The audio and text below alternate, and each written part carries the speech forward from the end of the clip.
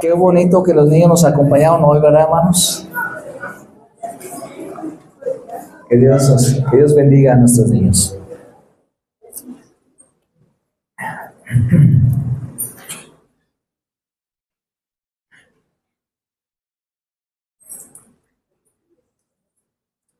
Vamos al mensaje del día de hoy, hermanos. Les pedimos que si usted puede ver los mensajes, a veces ponemos los links ahí en el WhatsApp, también va en esta ocasión, ¿sí? ¿Le pones? Ok, sí, lo pone hoy mismo el link para que usted pueda compartir el mensaje con algún contacto que usted diga, yo quisiera que alguien más también escuchara el mensaje, ¿verdad? Y bueno, pues vamos al mensaje del día de hoy, hermanos. Seguimos en esta serie de sermones de la oración comunitaria para que Dios aumente el fruto de nuestra comunidad ministerial. Somos una comunidad que tiene un ministerio, que somos llamados para cumplir con este ministerio como iglesia. Y bueno, ya vimos que la primera parte del ministerio es la evangelización. Hablamos y predicamos acerca de orar para que crezca el fruto del trabajo, el fruto de la evangelización. Tuvimos varios sermones de ello. Luego estuvimos una serie de sermones corta de 3 sermones hablando de cómo como iglesia oramos para que crezca el fruto de nuestra comunidad en cuanto a la palabra. Estuvimos hablando acerca de la palabra, la importancia de que crezcamos en nuestro conocimiento, en nuestra profundización, en nuestra aplicación, vivencia de la palabra de Dios. Hoy iniciamos una parte más de esta serie, y esta parte se trata de orando para asegurar nuestro caminar en el Espíritu. Tenemos que orar para que nuestro caminar en el Espíritu sea asegurado. Que como iglesia y de manera individual estemos caminando el camino, la senda que Dios desea que andemos. Y una de esas formas por medio de las cuales podemos asegurar que estamos en el camino del Señor o que estamos caminando en el Espíritu, ¿sabe cómo es? A través de la gracia que viene tras la confesión. Hoy vamos a hablar de la confesión y vamos a hablar de cómo la gracia viene con la confesión, y esto nos permite asegurarnos que estamos caminando el camino, la senda que Dios quiere que andemos. Ok, hermanos, entonces hoy vamos a enfatizar la confesión. Y yo quisiera comenzar con una pregunta, hermano.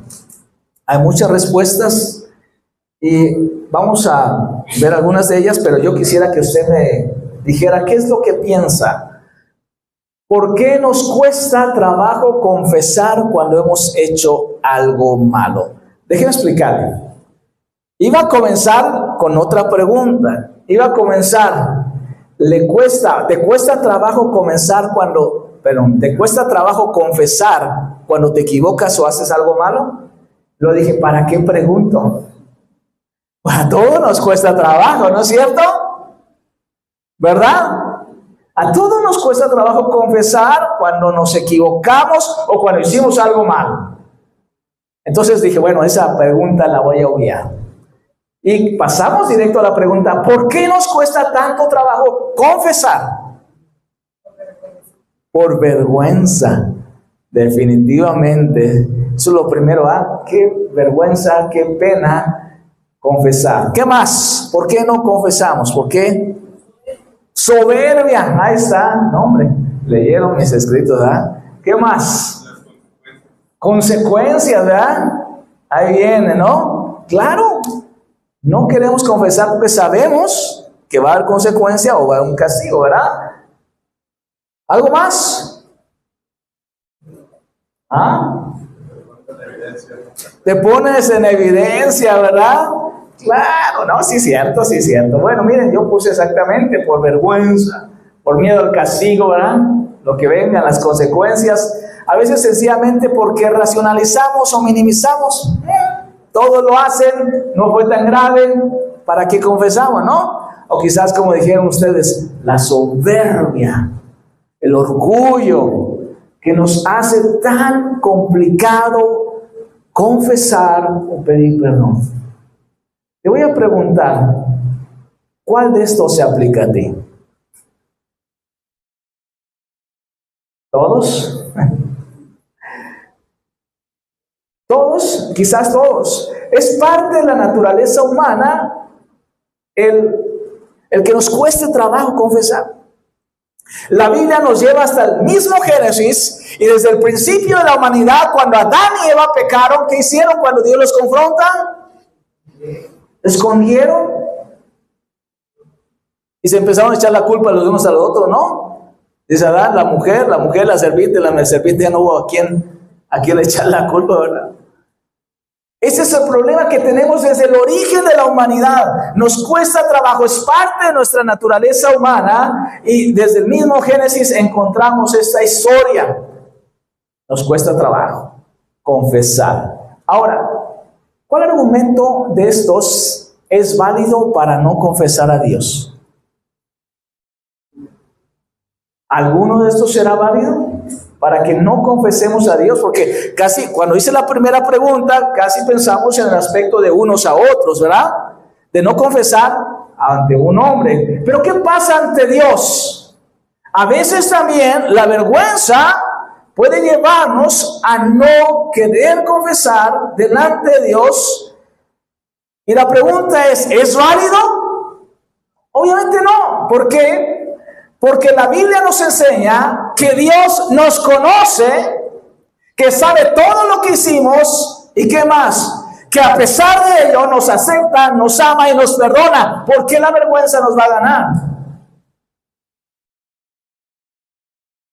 Si hablamos del miedo al castigo, tampoco, ¿verdad? Porque dice la palabra que cuando confesamos encontramos perdón, porque alguien ya pagó el castigo que merecíamos, porque la Biblia dice que no hay condenación para los que están en Cristo Jesús. Racionalizar o minimizar el pecado ante Dios ¿será algo sabio? Pues obviamente no. ¿Por qué? Porque la Biblia nos enseña que Dios es santo, santo, santo. No podemos minimizar, trivializar, racionalizar, justificar nuestros errores delante del Dios que es santo, santo, santo. La soberbia será una buena manera de presentarnos ante Dios o de no querer confesar. Definitivamente, la Biblia dice que Dios rechaza ¿a quiénes? A los soberbios. No los tolera. No soporta al orgulloso. Dice, al altivo lo mira de lejos. Si hay un pecado que es difícil, es la soberbia. Entonces, ¿cuál es válido ante Dios? Ninguno, ¿verdad? Ninguno. Entonces, no hay razón para que usted y yo no hagamos de la confesión una práctica habitual, hermanos. Ahorita vamos a hablar de ello. Y que esto nos ayude para asegurar que estamos, ¿dónde? Caminando en el Espíritu y no caminando en la carne. Vamos a meditar esto y vamos a orar. Cierre sus ojos. Vamos a pedirle al Espíritu Santo que nos hable. Padre Dios, gracias porque tú estás en este lugar, Señor. Hemos sentido tu presencia. Sabemos que cuando te alabamos, Señor, tu presencia se hace evidente, Señor. Te hemos cantado, hemos honrado tu santo nombre, Señor, porque tú eres bueno. Y Padre, nos presentamos delante de ti pidiendo que tu Espíritu Santo, quien está entre nosotros, Él sea quien hable a nuestros corazones, Señor. Padre, que no salgamos de aquí igual, que salgamos con convicción tuya convicción de tu Espíritu Santo, lo que hemos de hacer y con la decisión, Padre, para hacerlo ya. Queremos presentarnos delante de ti en comunión perfecta, Señor. Te pedimos que nos limpies y que tu Espíritu Santo nos redarguya, nos hable, Señor. Te pedimos tu guía y tu voz, Padre, en el nombre poderoso de Jesús. Amén. Vamos a leer la palabra de Dios en la primera carta del apóstol Juan. Si usted tiene su Biblia, está bien, pero le voy a pedir que lo lea conmigo, o si tiene la Nueva Traducción Viviente, puede hacerlo. Si no, desde la pantalla, lea conmigo. Vamos a leerlo todos juntos. Y dice la palabra así: este es el mensaje que oímos de Jesús y que ahora les declaramos a ustedes. Dios es luz y en Él no hay nada de oscuridad. Por lo tanto, mentimos si afirmamos que tenemos comunión con Dios, pero seguimos viviendo en la oscuridad espiritual. No estamos practicando la verdad. Si vivimos en la luz, así como Dios está en la luz, entonces tenemos comunión unos con otros, y la sangre de Jesús, su Hijo, nos limpia de todo pecado. Si afirmamos que no tenemos pecado, lo único que hacemos es engañarnos a nosotros mismos y no vivimos en la verdad. Pero si confesamos nuestros pecados a Dios, Él es fiel y justo para perdonarnos nuestros pecados y limpiarnos de toda maldad. Si afirmamos que no hemos pecado, llamamos a Dios mentiroso y demostramos que no hay lugar para su palabra en nuestro corazón. Amén. Eso es primera de Juan, capítulo 1, versos 6 al 10. Como lo dije, hermanos, esta es parte de esta sección, de esta serie de mensajes que nos habla de asegurar nuestro caminar en el Espíritu. Y esta es una frase interesante: caminar en el Espíritu. Sabemos que caminar en la Biblia, en el Nuevo Testamento especialmente, se refiere a vivir sencillamente. Caminar es una figura. Vivir o caminar en el Espíritu. Fíjense que la Biblia nos enseña que caminar en el Espíritu no es una opción, sino es un mandato. Es una orden. ¿Para quiénes? Para los creyentes. Se nos manda a los hijos de Dios que caminemos en el Espíritu. Pero quisiera primero recalcar, en algunas citas usted lo puede buscar en casa, de cómo el apóstol Pablo en Gálatas y Romanos, y hay otros textos que no lo dicen de manera literal, pero de otra forma lo dicen, que nos exhortan a que los creyentes debemos de caminar en el Espíritu. Lo primero que quiero enfatizar es que dice los creyentes en Jesús. Los creyentes en Jesús son llamados a caminar en el Espíritu. Si alguien no es un hijo de Dios, no puede caminar en el Espíritu. Tenemos que primero hacer esta declaración. Lo repito, un no creyente no puede caminar en el Espíritu. Es una orden para aquellos que son hijos de Dios. Cualquier persona puede hacer buenas obras. Cualquier persona puede ayudar, bendecir, cuidar, etcétera, dar. El apóstol Pablo dice: si yo incluso doy mi cuerpo para ser quemado, hablando de cómo una persona da y puede dar hasta su propia vida por otros, pero si no está el Espíritu de Dios en él, no puede caminar en el Espíritu. Déjeme explicarle por qué. Primero, porque el no creyente puede tener buenas obras, pero sus buenas obras van a tener la intención de buscar el favor de Dios. Y la Biblia nos enseña que la única forma de encontrar el favor de Dios es a través de Jesucristo, hermanos. Con convicción, díganlo. Jesucristo es la única forma que podemos hallar el favor delante de Dios. Entonces, no podemos caminar porque nuestras buenas obras pueden tener muchas otras razones, pero no las razones correctas. Caminar en el Espíritu también es imposible, porque para andar en el Espíritu tenemos que escuchar al Espíritu y obedecerlo. Y alguien que no es de Dios, que no es hijo de Dios, no puede escuchar y obedecer la voz de ¿quién? De Dios a través de su Espíritu Santo. No es hacer por hacer, sino hacer lo que Dios nos manda. ¿Sí me explico? No es que usted pueda o haga muchas obras, sino hacer la obra que Dios quiere y que el Espíritu Santo le ordena que haga. Y ser obediente. Cuando Jesús andaba en su ministerio terrenal, había muchos enfermos y ciertamente sanó a muchísimos, pero no sanó a todos, sino que él cada día iba viendo y siendo guiado por el Padre para hacer la voluntad del Padre. Y él hacía las buenas obras siguiendo la voluntad de ¿quién? Del Padre. Él escuchaba a Dios el Padre y hacía. Nosotros también, como hijos de Dios, somos llamados a caminar en el Espíritu. Significa que cada día tenemos que escuchar lo que Dios nos dice y hacer lo que nos dice. Por eso es que este caminar en el Espíritu es primero una orden para ¿quiénes? Los creyentes, los hijos de Dios, somos llamados a ello y somos llamados en un imperativo, no es opcional. Entonces, hermanos, en esta serie de mensajes tenemos que poner atención porque lo que vamos a ver, las herramientas para caminar en el Espíritu, tenemos que ponerlas en práctica para decir, sí, estoy caminando en el Espíritu. Ahora, otras cosas que también se desprenden de esta frase, caminar en el Espíritu. Entonces, la vida cristiana, en otras palabras, es un caminar en el Espíritu. ¿A qué nos referimos?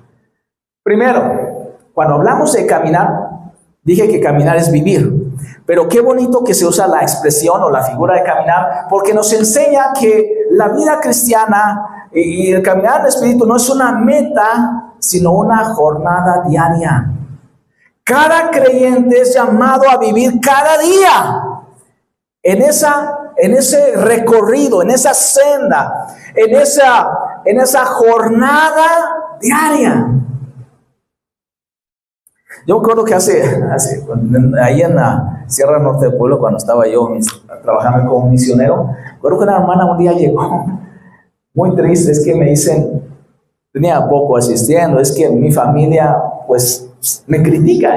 Dice, porque tú como que eres cristiana y que eres hija de Dios y mira lo que haces.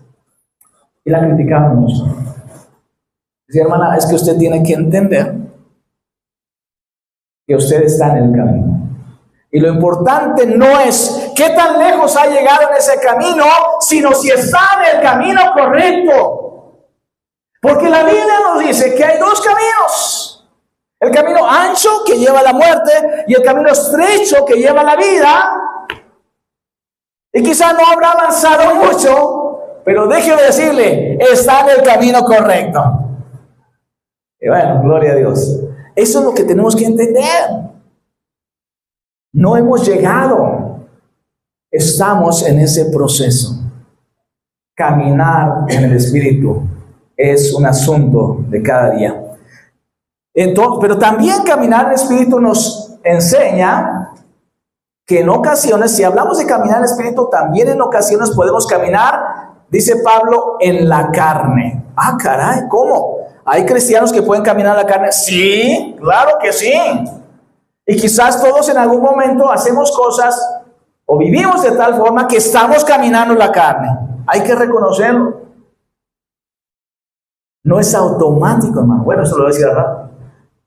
Pero a veces, aún como hijos de Dios, caminamos en la carne. Sí, aún un hijo de Dios puede de pronto convertirse en un instrumento de Satanás. ¿Cómo no? La Biblia habla, el apóstol habla de caminar en los deseos de la carne. Pero también esta frase nos enseña, si es un mandato, entonces nos enseña que cada uno de nosotros tenemos una parte activa. ¿Y una qué? Responsabilidad. ¿Me está siguiendo, hermano? Una parte que activa y una que responsabilidad. Yo como creyente soy responsable de caminar en el Espíritu. No es algo automático. Yo tengo que tomar decisiones cada día. Yo tengo que practicar hábitos, disciplinas espirituales para asegurarme que estoy caminando en el Espíritu. Y hoy vamos a tratar de una de ellas que se llama confesión. Confesión.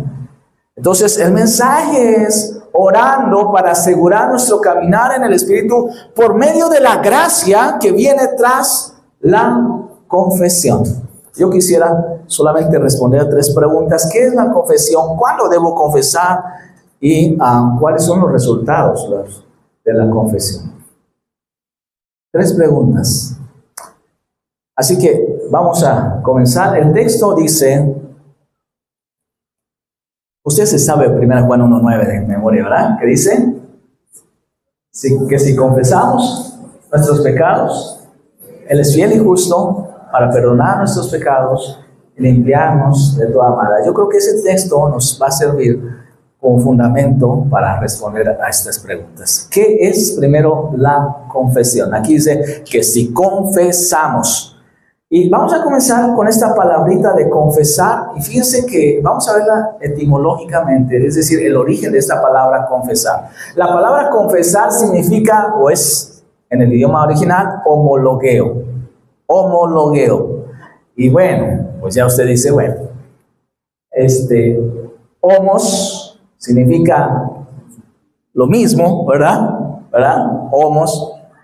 Y logos, que puede significar palabra, pero también es un uso más extendido aparte de palabra. Entonces, por ello, literalmente, homologueo puede significar en primera instancia decir lo mismo, es decir, estar de acuerdo con otro, asentir con alguien más sobre una cosa. Entonces, la confesión es estar de acuerdo con Dios, es asentir con Dios. Ahorita voy a explicarlo. Sobre el pecado y sobre mi condición. Obviamente es confesar, también se traduce o se puede traducir como confesar, admitir, profesar, reconocer o decir abiertamente o incluso como declarar o afirmar de manera enfática. Esto es confesar. Vamos a admitir y vamos a estar de acuerdo con Dios en algo y vamos a declarar de forma enfática cuál es nuestra condición y cuál es la realidad acerca de lo que hicimos. ¿En qué cosas podemos estar de acuerdo con Dios al momento de confesar? Bueno, primero, yo estoy de acuerdo con Dios en que soy responsable por mi pecado. ¿Amén? ¿Soy responsable? Entonces, no son las circunstancias, es que no tenía otra opción. No son las otras personas, es que Él me dijo, o Él me indujo, o Él me influyó. Lo que usted piense, o incluso el otro es culpable por lo que yo hice, eso no va con la palabra homologueo. Homologueo es estoy de acuerdo. Dios, tú dices que yo he fallado y que esto es pecado delante de ti y yo estoy de acuerdo. Confesar es estar de acuerdo. Yo soy responsable. Yo admito mi culpa delante de Dios. Pero no solamente estoy de acuerdo con Dios en que yo soy responsable por lo que hice. Que este es quizás, no sé para ustedes, pero quizás este es el paso más difícil, ¿no? Admitir mi completa responsabilidad por mi pecado. ¿Estamos de acuerdo? En la Biblia encontramos muchísimas historias donde los hombres, aún los hijos de Dios, les costó trabajo y dieron muchas vueltas y Dios los confrontó, porque esto es lo que hace Dios. Cuando usted se niega a dar este primer paso de aceptar, Dios trata con usted. Y ya sabemos cómo Dios trata, ¿verdad? Dios trata porque nos quiere llevar a este punto en que estemos de acuerdo con Él. Yo, y solamente yo, soy responsable y culpable de lo que hice. Segunda parte de la confesión es estar de acuerdo con Dios en que mi pecado atenta ¿contra quién? Contra la santidad de Dios. En el Salmo 51, David habla y confiesa delante de Dios su pecado. Recordamos el pecado que él había hecho. Él había tomado una mujer que no era de él. Y bueno, muchas otras cosas más que se derivaron de ello. Pero el punto es que él dice, contra ti solo he pecado. No, lo que quiere decir es que principalmente, mayormente, nuestro pecado atenta ¿contra quién? Contra Dios y su santidad. Por eso a veces no entendemos cuando la Biblia dice que siendo enemigos, Dios nos reconcilió con Él por medio de Jesucristo. Si somos enemigos porque atentamos contra la santidad de Dios.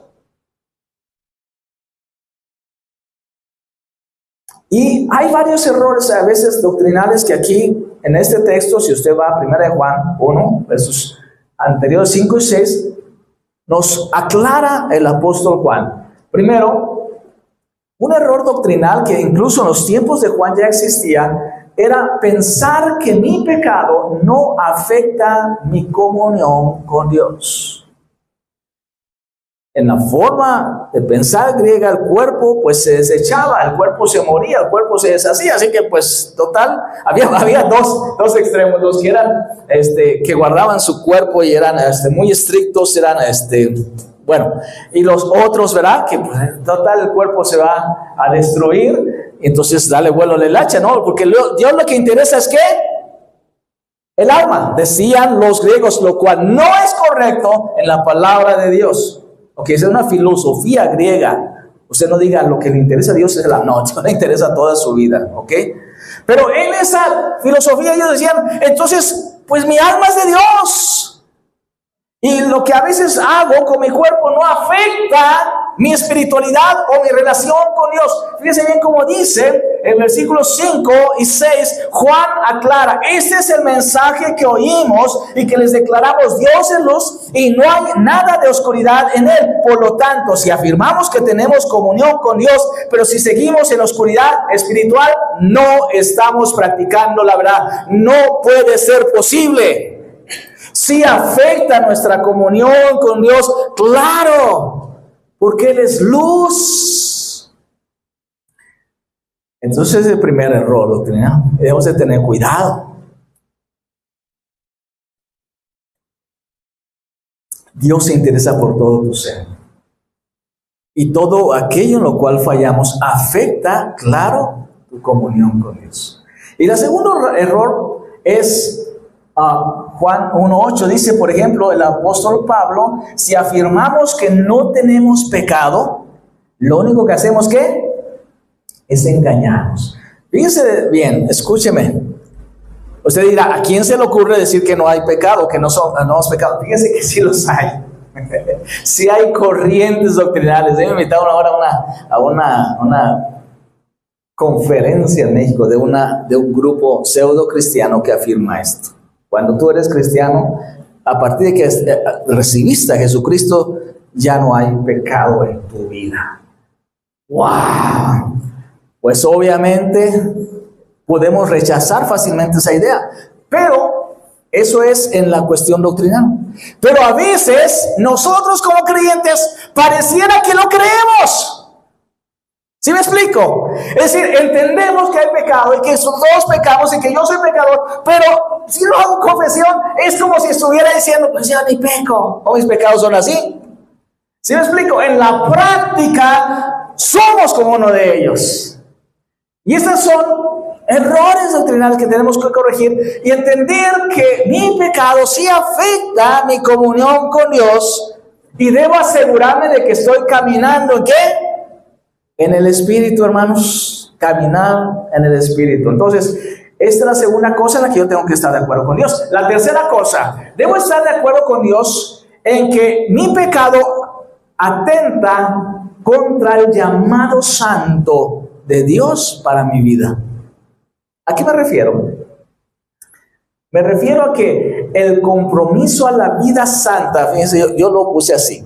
No es la respuesta a una exigencia o mandato. Debe ser la respuesta de gratitud y amor hacia quien lo dio todo para mí, para que yo tenga una vida mejor, una vida plena, Para esto vino Jesús. No vino para menos. Si comprendiéramos la profundidad del amor de Dios en Jesucristo por ti, para rescatarte, dice la palabra, de una vana manera de vivir, no habría una respuesta diferente que también amarle con todo tu ser y no hacer nada que lastime su corazón, porque Él te amó tanto para que vivas diferente. Si entendiéramos el costo que pagó, el costo tan alto y el sufrimiento tan grande que experimentó nuestro Salvador Jesús para darnos la vida abundante, nos debería entristecer volver a vivir como antes vivíamos, a volver a los hábitos que nos alejaron de Él en primer lugar, porque Jesús no solo murió para darte una entrada en el cielo, sino para darte una vida diferente. Él dijo: yo he venido para que tengan vida y vida en abundancia. No solamente soy salvo y algún día voy al cielo. Él quiere transformar nuestra vida aquí. Y si pagó tanto para ello, ¿cómo es posible que no entendamos que esta falta de confesión lo que hace es atentar contra ese llamado a una vida santa, una vida diferente que Cristo vino a darnos?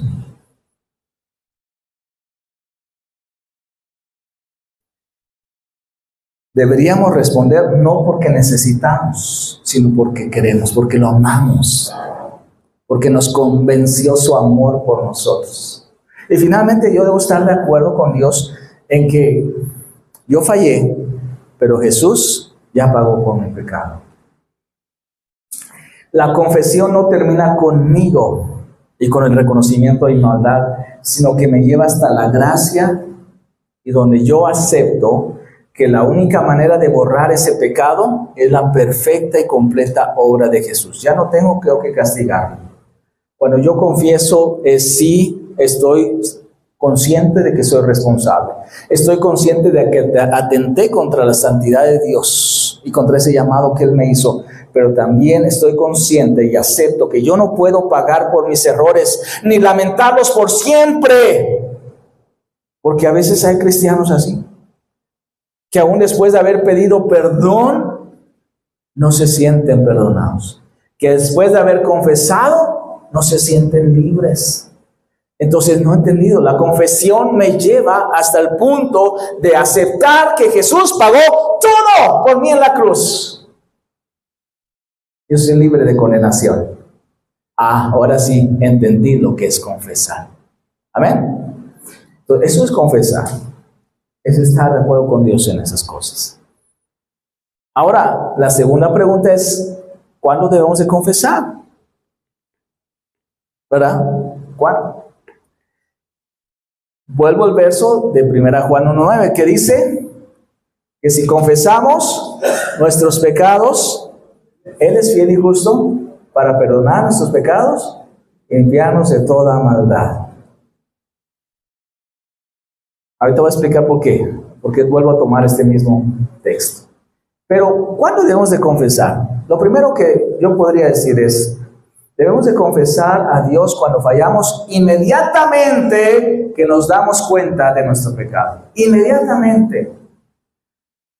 Este es un peligro, dejar pasar el tiempo, hermanos. Dejar pasar el tiempo sin confesar a Dios nos debilita. Nos hace inútiles para su obra y nos pone vulnerables ante el enemigo. Fíjense cuáles son los peligros de no confesar inmediatamente a Dios. El ejemplo más claro lo tenemos en David. Voy a citarlo mucho. Pero David, una vez que cometió su maldad, ¿se acuerdan? Con Betsabé y con Urías, el esposo de Betsabé. Él no confesó inmediatamente su pecado. La Biblia nos enseña que pasó aproximadamente ¿cuánto? Un año. Un año en el cual él se guardó todo. Un año en que él dijo: quizás soy el rey y puedo hacer lo que me dé la gana. ¿Y quién me va a decir que no? Pero si hay alguien que siempre está ahí. Y Dios envía a su profeta, ¿se acuerdan? Su profeta Natán. Y Natán le confronta directamente, sin temor. Pasó casi un año, hermanos. ¿Y qué pasó durante ese tiempo, hermanos? ¿Qué dice el Salmo 32 en los versos 3 y 4? Dice el salmista David: mientras callé, es decir, cuando no confesó, mientras callé se envejecieron mis huesos en mi gemir todo el día. Porque de día y de noche se agravó sobre mí tu mano. Se volvió mi verdor, mi vigor se convirtió en sequedades de verano. Se secó David. Ya no fue el instrumento especial que Dios tenía para usarlo. Él interiormente se envejeció. Yo creo que también exteriormente, pero sintió cómo se agravó la mano de Dios sobre él. Hermanos, eso es lo primero. Cuando fallamos, nos damos cuenta, tenemos que hacerlo. La confesión. Rápido. No deje que pase el tiempo. Hermanos, aquí no es como a veces pensamos, no, el tiempo, y con el tiempo las cosas se olvidan. ¿No es cierto? ¿Le ha pasado eso? A veces el Señor nos confronta. A veces a mí el Señor me ha confrontado por algo que fue hace tiempo. Y yo pienso que está bien, o que no pasó nada, y sabe que el Señor me confronta. Vuelve a mi mente, a mi memoria, que no he confesado. Quizás yo no puedo cambiar el pasado, pero sí puedo confesar delante de Dios. Segunda cosa, ¿cuándo debo de hacerlo? Cada día debo de hacerlo como un ejercicio para mi salud espiritual. Cada día, por eso vuelvo al pasaje, 1 Juan 1:9, dice, porque si confesamos, y confesamos en el idioma original está en el tiempo presente, que significa estar haciéndolo de manera que continua. Algo que yo hago prácticamente como un hábito. Y David tenía este hábito. Claro, se le olvidó esa vez, ¿verdad? Que duró como un año sin confesar. Pero en el Salmo 139 nos dice cómo lo hacía él.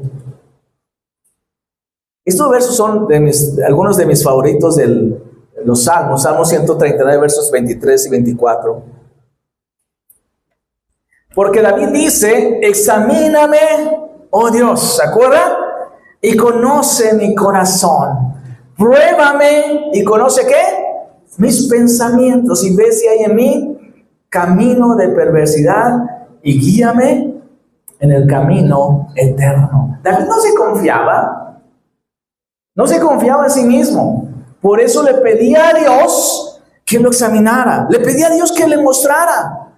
Y esto es muy importante, hermanos. Presentarnos delante de Dios y decirle: Dios, ¿hay algo que yo deba confesar? Dios, quiero que tu Espíritu Santo me hable, me redarguya, me muestre si hay algo que no he confesado. Porque a veces nos autoengañamos y pensamos que estamos bien, pero en realidad hay algo que está mal delante de Dios, que no hemos confesado. Entonces, tenemos que aprender a hacerlo, hermanos. Esta es una práctica que no hacemos, que no enfatizamos mucho, tristemente. Tenemos que reconocerlo, pero que es parte esencial del desarrollo. ¿Cómo asegurarnos que caminamos en el Espíritu por medio de la qué? Confesión. Y tercero, debo hacerlo o debo confesar cada vez que el Espíritu me culpe. Iba a poner me redarguya, pero digo, ay, esa palabra. Así dice la Biblia, ¿no? Pero redarguya ya no es un verbo muy ocupado, ¿no? No lo he visto que alguien en el diario diga, oye, me redargulló el jefe. No, nadie dice así. Pero entendemos el sentido. Cuando el Espíritu Santo nos redarguye, significa que nos culpa, que nos habla, que nos evidencia, nos muestra cuando algo está mal. Porque la Biblia enseña que el Espíritu Santo tiene una función. ¿Cuál es la función del Espíritu? Bueno, tiene muchas, pero una de ellas es traer ¿qué? Convicción a nuestra vida. Y ese es el Espíritu Santo. Es el trabajo de Él. Y si el Espíritu no nos dice nada, está bien. Pero si no le pedimos a Dios que nos examine y que nos diga el Espíritu Santo, entonces podemos equivocarnos. Aquí yo quiero hacer dos aclaraciones, hermanos. Pongan mucha atención. Esto yo lo he visto en la práctica y creo que hay que mencionarlo. Estoy diciendo que el encargado de hacernos sentir convencidos o culpables de nuestro pecado es el Espíritu Santo. No alguien más, ninguno otro, sino el Espíritu Santo. Debo tener cuidado porque hay creyentes que tienen una conciencia, yo le llamo hipersensible. ¿Qué pasa esto? Hay cristianos que se sienten culpables toda la vida.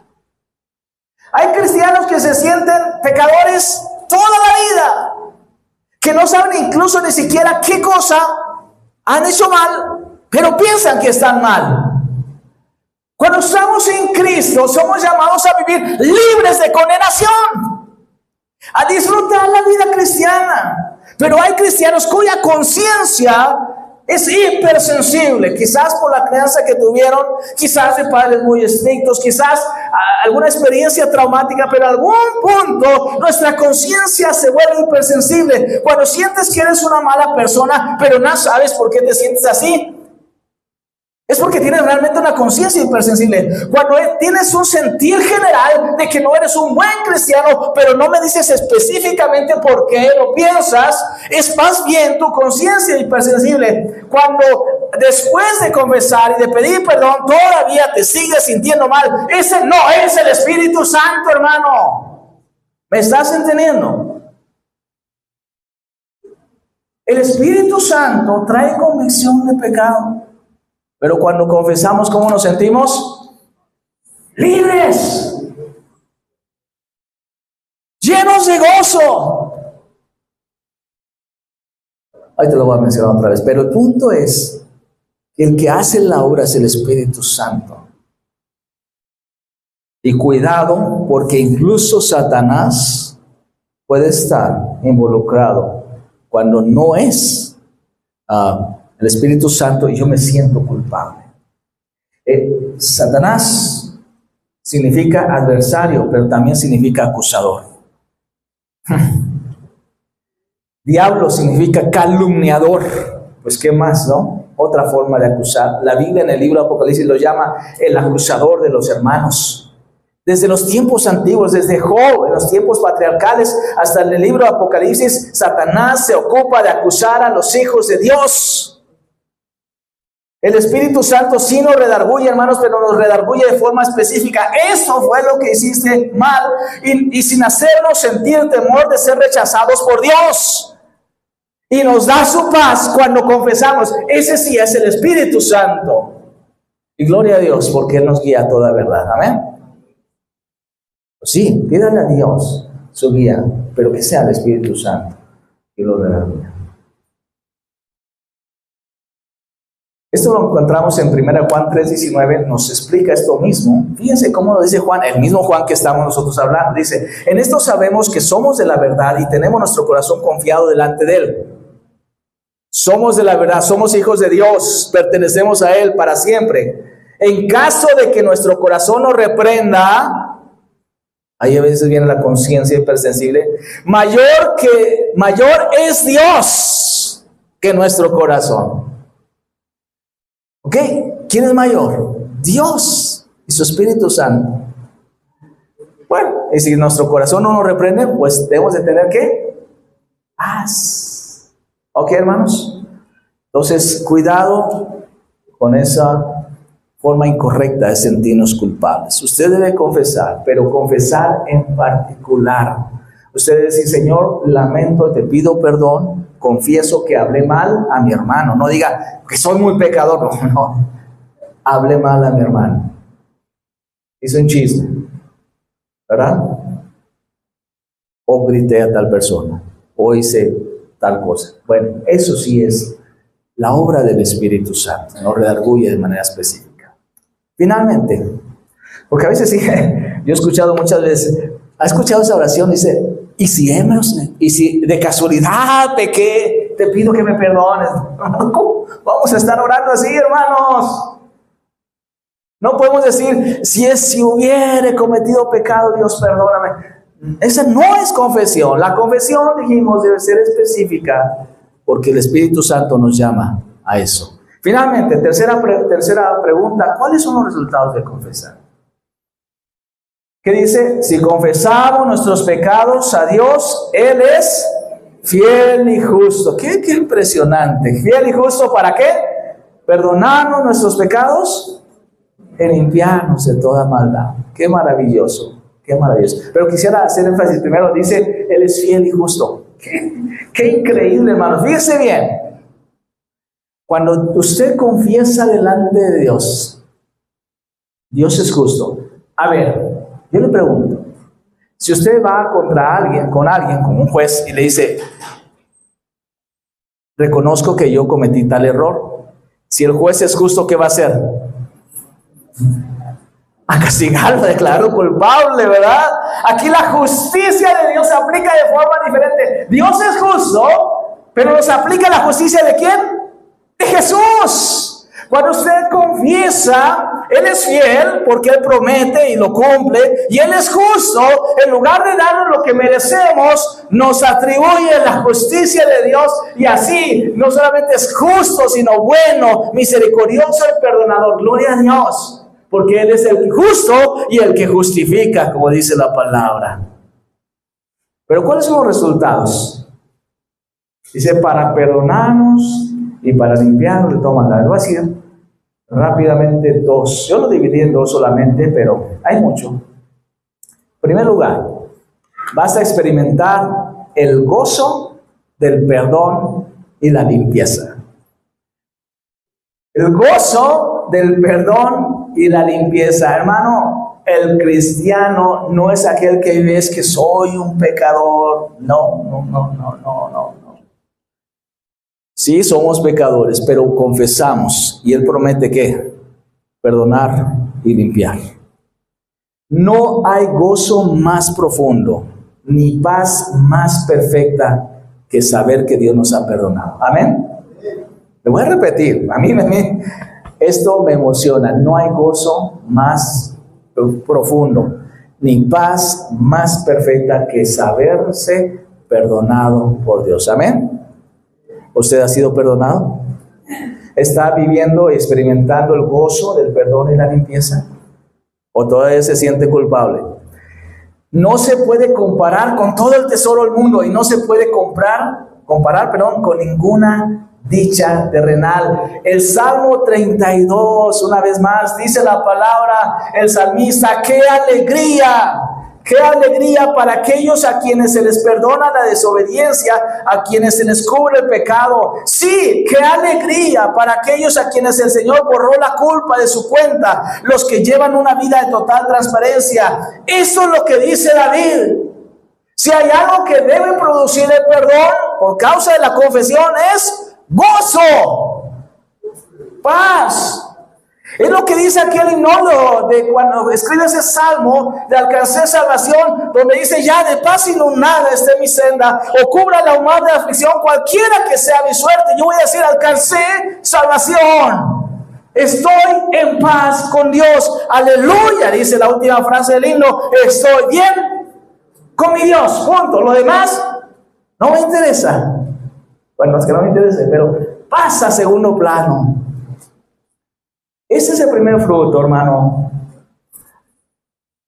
Puede que el mundo esté contra ti, puede que te rechacen muchas personas, pero aún así tener paz. Pueden menospreciarte los que te deberían amar, aquellos que son más cercanos, pero estás bien con Dios. Puedes experimentar las pruebas más duras que jamás hayas imaginado, pero puedes cantar con gozo porque has sido perdonado y limpiado por la bendita sangre que Jesús derramó en la cruz. Amén. ¿Qué más quiere, hermano? Pero la segunda, que es el tema, es, si confiesas, experimentas ¿qué? El gozo de la comunión. La relación con Dios, hermano, ya fue establecida. Usted creyó en Jesús como Salvador, usted es hijo de Dios. Eso fue establecido de manera positiva en la cruz. Somos hijos, y una vez hijos, hijos para siempre. Eso no va a cambiar. Lo que sí va a cambiar, lo que sí puede cambiar, es su comunión con Dios. Y la confesión es la que le va a ayudar a disfrutar el que Dios te haya llamado hijo de Dios. Eres hijo de Dios. Pero ¿qué pasa? A veces yo pienso que, recuerdo esa parábola del hijo pródigo, y a veces pienso que hay muchos cristianos que vivimos como el hijo malhumorado, ¿no? El que se enojaba por todo, el que se quedó en casa y no disfrutan el perdón, la comunión con Dios. Estaba en casa, pero no disfrutaba que su padre era realmente su padre, que era bueno y generoso. No lo disfrutaba. Qué triste. Junto con la comunión, si vives en comunión, vas a ver, esto es solamente una lista, así que vino a mi mente, las promesas cumplidas, porque caminas en el Espíritu, es decir, vives en obediencia, las promesas de Dios se cumplen. Manifiestas el fruto del Espíritu, amor, gozo, paz, paciencia, etc. Tienes comunión sana con otros creyentes. Dice Juan, si tenemos comunión con Dios, ¿tenemos comunión con quién? Con los otros, con los hermanos. Reflejas a Dios ante los demás. La gente se da cuenta que Dios está contigo y obtienes la victoria sobre el pecado. Son frutos de la comunión. Yo quisiera terminar entonces con este llamado. Este tema en particular creo que es muy importante en el momento que estamos. Quisiera preguntarte, ¿te sientes estancado? ¿Te está costando trabajo experimentar el gozo y la paz de ser hijo de Dios?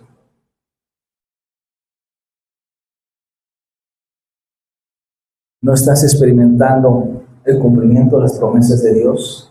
¿Y sabes qué pasa? Hasta nos volvemos amargados y enojados contra Dios.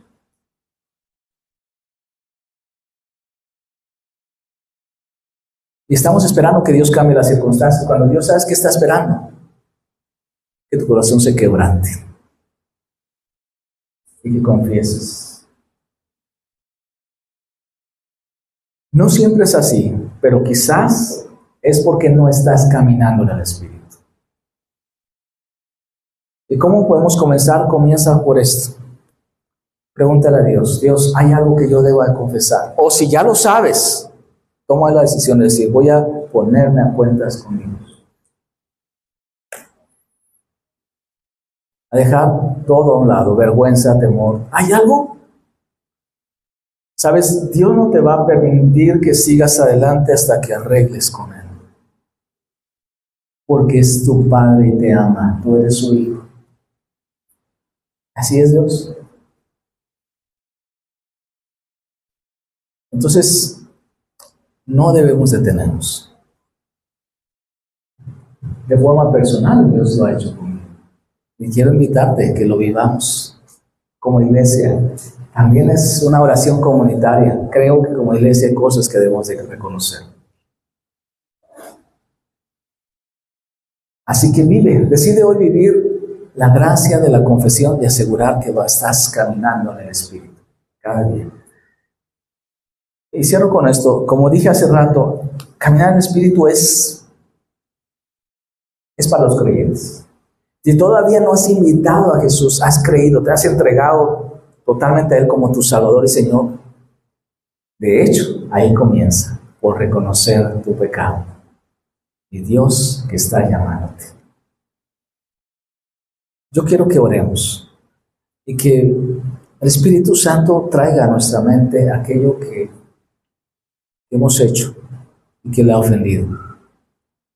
Y que seamos valientes para decir, Señor, confieso, estoy de acuerdo, te fallé, soy responsable, te pido perdón. Ayúdame a ya no seguir haciendo. Usted lo necesita, yo lo necesito. Usted lo necesita. Vamos a orar. Vamos a orar. Le voy a pedir que se ponga de pie para hacer esta oración. La Biblia dice, es promesa de Él, si confesamos nuestros pecados. No necesitas castigarte, hermano. Necesitas confesar. No necesitas decirte todo lo malo que eres. Es decir, Dios, yo confieso, pero tú eres bueno, santo, justo, perdonador. Vamos a orar.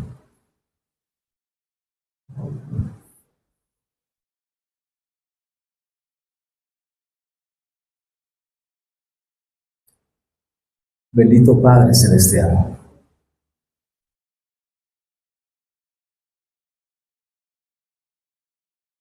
te damos gracias porque tu Espíritu Santo está entre nosotros.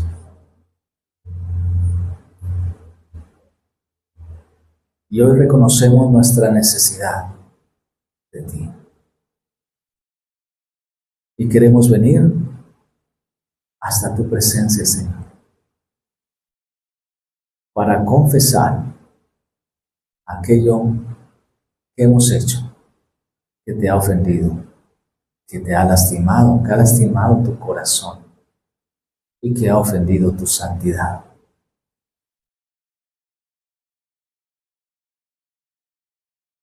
Padre Dios, en el nombre de Jesús, pedimos que tu Espíritu Santo hable de manera personal a los que estamos aquí. Háblanos, Dios. Y si hay algo que hoy debemos confesar, que no termine este día sin que hayamos ido a tu presencia, Señor, para pedir perdón, para reconocer que hicimos mal. Y primeramente, Señor, queremos pedirte perdón porque hablamos, pensamos mal de tu carácter, de tu bondad, dudamos de tu poder, de tu amor, de tus promesas, y pedimos perdón. Pedimos perdón, Señor, como iglesia, Padre, por no pensar en aquel que aún no conoce de Jesús y que está tan cerca de nosotros. Confesamos, pedimos perdón. Pedimos perdón como iglesia por todas las veces, Señor, que no hemos abrazado al que llega nuevo a nuestra congregación. Perdónanos, Señor. Perdónanos cuando al estar en el mundo, Señor, hablamos de todo, menos del Evangelio de Jesús que tanto necesita la gente. Pedimos perdón, Señor. Pedimos que tu Santo Espíritu siga hablando en nuestros corazones, Señor. Padre, queremos estar a cuentas contigo. Tu palabra dice, Señor, que si nuestros pecados fueren como la grana, serán emblanquecidos, Señor. Si fueren rojos como el carmesí, Señor, serán como la nieve, Señor. Queremos la limpieza en nuestros corazones, Señor, para que la comunión contigo sea perfecta, sin estorbo. Queremos todo de ti, Señor. Queremos que tu Espíritu Santo traiga gozo, Señor. Traiga paz. Si hay aquí hijos tuyos, Señor, que viven todavía condenándose o culpándose, Señor, sin experimentar la vida abundante que Jesús vino a dar, Señor, hoy trata con nosotros, con tu Espíritu Santo, Señor, y que, Señor, mediante la confesión podamos recibir el gozo de ser perdonados, de estar limpios delante de ti, de que no hay nada que estorbe nuestra comunión contigo por medio de Jesús y de tu Espíritu Santo que habita en nosotros, Señor. Dios trabaja en cada familia de esta iglesia, Señor. Trabaja en cada vida, Señor, de los que estamos aquí. Y ayúdanos para asegurarnos que caminamos cada día en tu Espíritu Santo. Gracias, Dios, por tu palabra. Termina tu obra el día de hoy. Llévanos a este encuentro contigo, Padre. Te lo pedimos, Dios, en el nombre poderoso, santo, en el nombre de nuestro amado Salvador Jesús. Amén. Amén. Dios le bendiga, hermano. Y que no termine el día sin que usted de manera personal busque a Dios. Hoy es tiempo de restaurar nuestra comunión con Dios. Dios nos bendiga, hermanos.